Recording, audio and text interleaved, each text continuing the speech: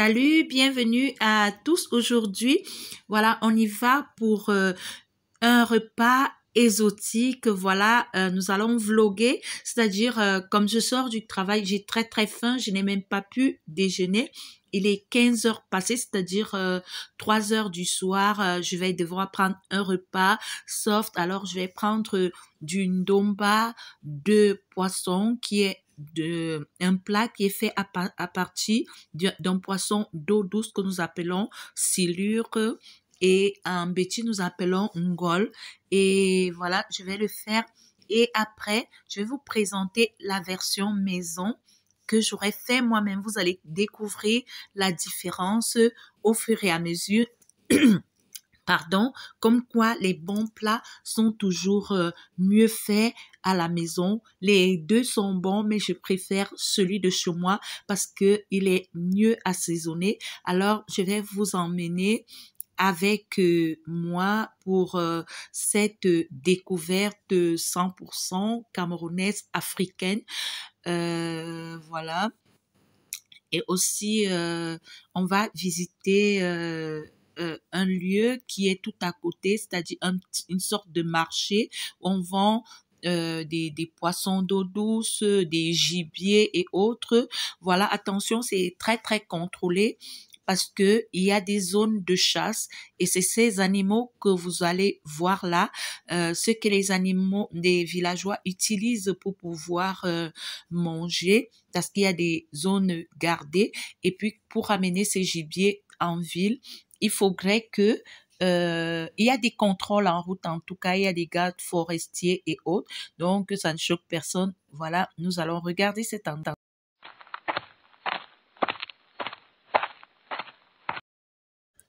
On va commencer par faire des achats.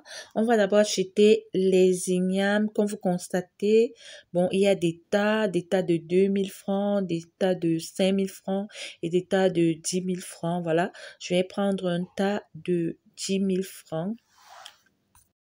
Voilà, on va mettre dans le sac. Là, on va prendre les mangues, ça va servir pour le dessert. C'est pas la période des prunes, du coup, je ne fais pas confiance aux prunes qu'on a maintenant. Voilà, après, on va regarder les chenilles. Là, on a des chenilles, je vais les prendre. Bon, c'est 500 francs le tas, c'est pas la période généralement. Un tas peut prendre 5 tas là, mais bon, elle me propose de prendre 5 tas à 2000. Mon époux aime bien ça, donc je vais du coup prendre et je vais prendre les bâtons de manioc, voilà. Je prends ça. Voilà, les chenilles sont comestibles au Cameroun et il y en a qui viennent vivants, ça c'est les séchés. On peut les manger dans la sauce d'arachide, sauter dans les légumes et autres, ça dépend. Là, on va s'acheter le poisson d'eau douce. Voilà, elle est en train de choisir. Voilà, ça, c'est les vivants. Vraiment vivants. C'est pas le genre qu'on élève et qui a beaucoup de graisse, là, qu'on importe de l'Asie, non. C'est le genre qu'on pêche naturellement. Voilà. Les rivières camerounaises en regorgent. Elle va nettoyer, voilà, donc vous emmenez ça, vous apportez ça chez vous nettoyer. C'est l'avantage, voilà. Elle s'assure que tout est clean en fait. Là, on va prendre des légumes, des condiments appropriés. Il y a les mesep, l'odium et voilà les côtes. Là, il y a du gibier. Vraiment, n'ayez pas peur, c'est contrôlé. La chasse est contrôlée au Cameroun. Je vais prendre la biche. Voilà, je me dirige vers la vendeuse de stylure du Domba qui fait sur place.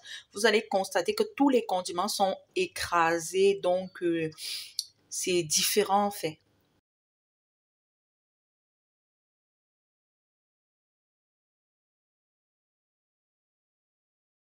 C'est prêt là, je crois qu'elle va mettre au feu. Voilà, il y a cette sorte de four traditionnel là. Et puis à côté, il y a des remèdes pour la pandémie. Voilà, c'est enfin, ça semble efficace puisque beaucoup de personnes guérissent, mais bon, je peux pas me prononcer. Là, je vais déguster mon plat accompagné un jus cocktail. Voilà, et voilà, on va à la maison. Comme une Africaine ne mange pas sans garder à son mari, je vais pas lui donner des plats achetés dans des restaurants ou alors des lieux improvisés pour ce type de repas. Je vais lui faire ça moi-même. Vous allez voir la différence. Voilà.